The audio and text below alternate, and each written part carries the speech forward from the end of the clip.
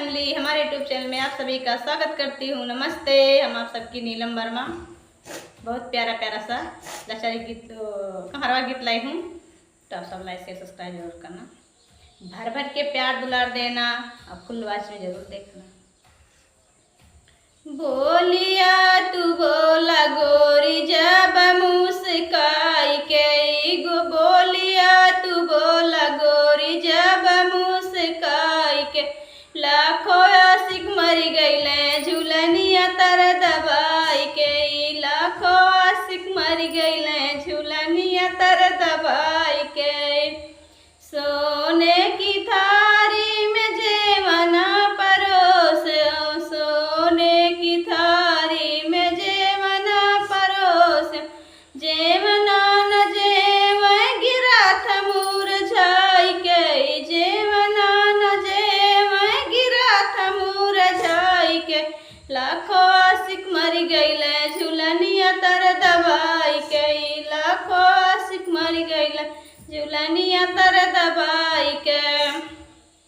बोलिया तू बोला गोरी जब मुस्काई के, बोलिया तू बोला गोरी जब मुस्काई के, लाखों आशिक मर गईले झूलनिया तर दबाई के, लाखों आशिक मर गईले झूलनिया तर दबाई के।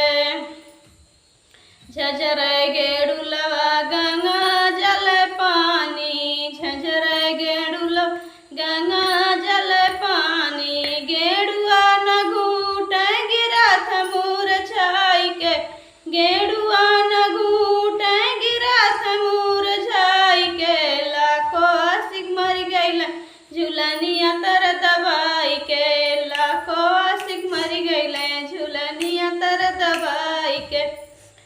बोलिया तू बोला गोरी जब मुस्काई के, बोलिया तू बोला गोरी जब मुस्काई के, लाखों आशिक मर गईले झूलनिया तर दबाई के, लाखों आशिक मर गईले झूलनिया तर दबाई के।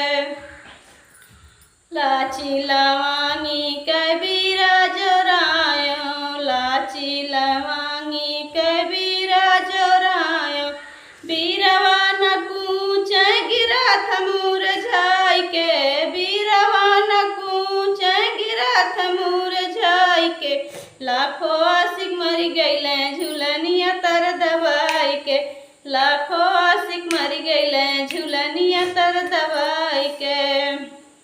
बोलिया तू बोला गोरी जब मुस्काई के, बोलिया तू बोला गोरी जब मुस्काई के, लाखों आशिक मर गईले झूलनिया तर दबाई के, लाखों आशिक मर गईले झूलनिया तर दबाई के। तो दोस्तों, हमारा गीत कैसा लगा भर भर के प्यार दुलार जरूर देना, अपनी राय जरूर कमेंट बॉक्स में बताना। बहुत प्यारा प्यारा सा गीत है।